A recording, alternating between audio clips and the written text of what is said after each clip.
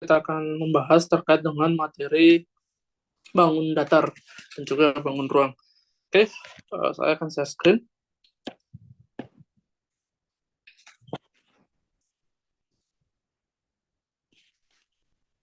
Oke, jadi kalau kita berbicara terkait dengan bangun datar, sebenarnya dia punya dua variabel ya. Jadi yang pertama, uh, itu akan berkaitan dengan sisi dan juga sudut.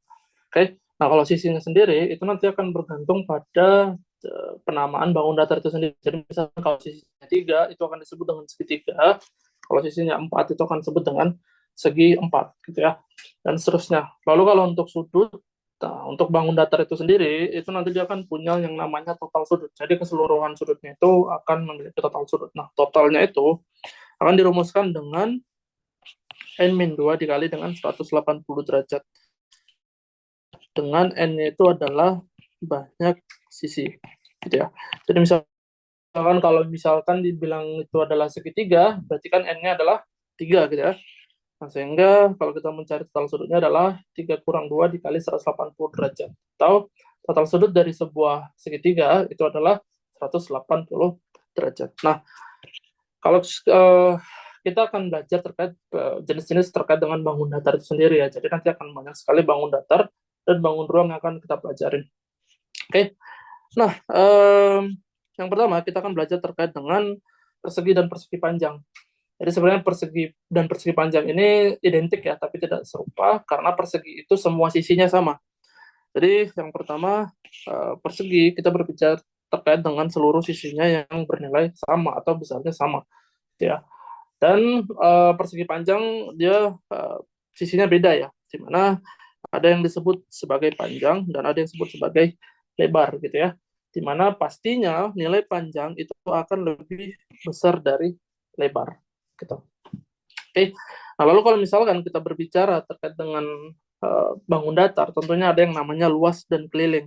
Nah, untuk konsep luasnya sendiri pada persegi dan persegi panjang itu sebenarnya sama ya. Jadi kalau luas itu karena di persegi sisinya sama, maka sisi kali sisi. Ya, jadi perkalian antara kedua sisi. Atau biasa kita rumuskan dengan uh, apa namanya? Kan kita rumuskan dengan s kuadrat seperti itu ya. Jadi perkalian antar sisinya itu kita lakukan ya. Nah, lalu kalau untuk kelilingnya, nah untuk konsep keliling, keliling itu merupakan total seluruh sisi. Jadi di sini kan 4 kali sisi. Sebenarnya ini dari sisi tambah sisi tambah sisi tambah sisi. Kenapa Kak? Karena total atau jumlah sisinya itu ada 4. Sehingga ketika kita gunakan sifat asosiatif itu akan bernilai 4 kali sisi.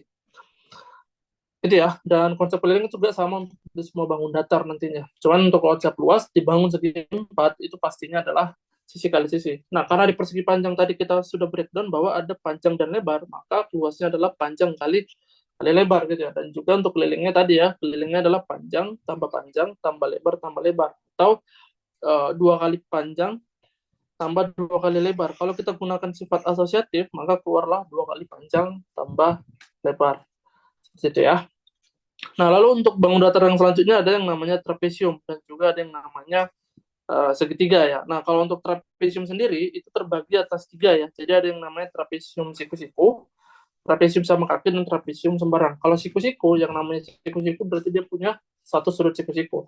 Kalau sama kaki, dia punya apa namanya bentuk atau sisi yang sama gitu ya. Mana nama sama kaki berarti kakinya sama gitu ya. Dalam artian kakak gambarkan seperti gambar warna merah ini ya, trapesium warna merah ini.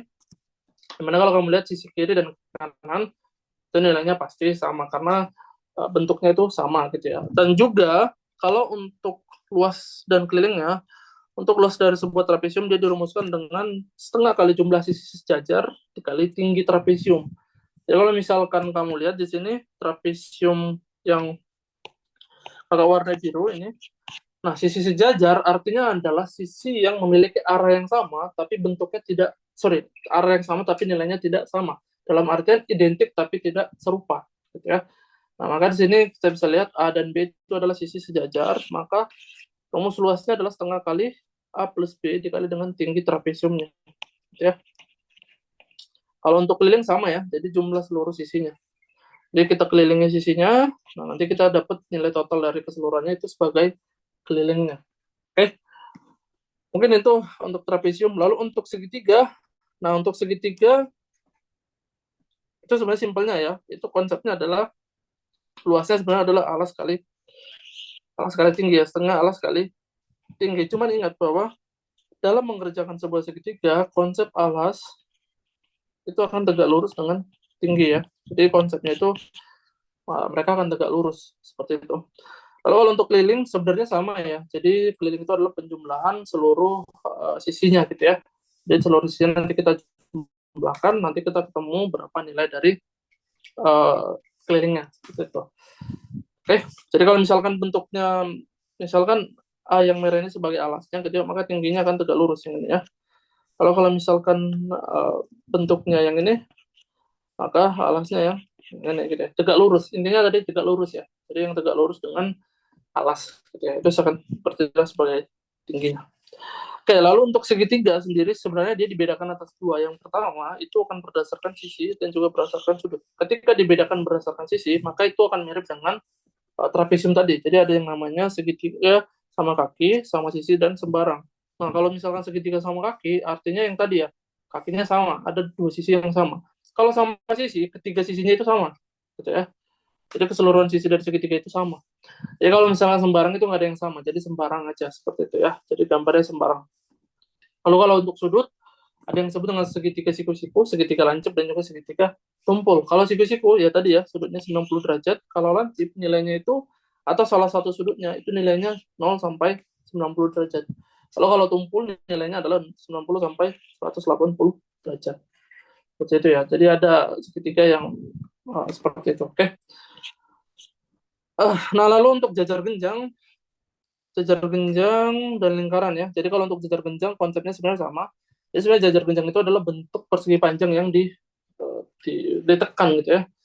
Di sini dia konsep untuk luasnya adalah alas kali tinggi dan juga kelilingnya adalah penjumlahan seluruh sisinya ya. Dan konsep tingginya dan alas itu sebenarnya sama ya. Jadi tinggi akan tegak lurus dengan alas. Lalu mungkin akan kakak jelaskan itu adalah di lingkaran ya. Lingkaran ini punya yang namanya diameter. Jadi diameter itu menghubungkan antara ujung ke ujung ya, dan harus melewati yang namanya pusat. Jadi ini adalah titik pusat lingkaran gitu ya. Nah, sedangkan kalau misalkan setengah dari diameter itu dipotong, itu akan bernama jari-jari gitu ya. Jadi jari-jari itu adalah setengah diameter gitu ya.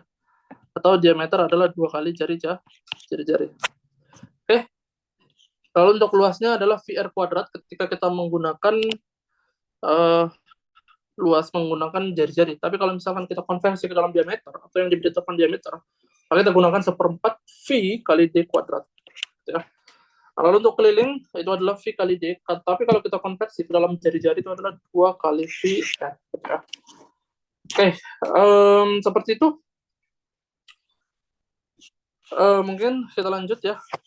Nah, selanjutnya mungkin di konsep lingkaran itu ada yang namanya juring dan ada yang namanya busur ya. Jadi kalau misalkan juring, jadi konsepnya seperti ini.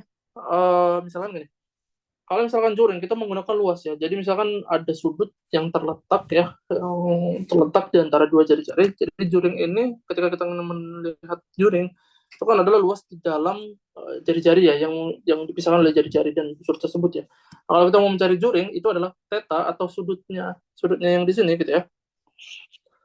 Nah, itu dibagi dengan 360 derajat dikali dengan luas lingkaran. Lalu kalau busur itu kita menggunakan yang namanya keliling. Jadi kalau busur lingkaran itu akan theta per 360 derajat dikali dengan keliling lingkaran. Gitu. Oke. Mungkin gitu ya untuk lingkaran. Lalu yang selanjutnya adalah layang-layang dan belah ketupat. Nah, kalau untuk layang-layang dan belah ketupat sebenarnya sama ya. Cuman kalau misalkan tadi kan trapesium, jajar genjang itu adalah persegi panjang yang dihimpit ya.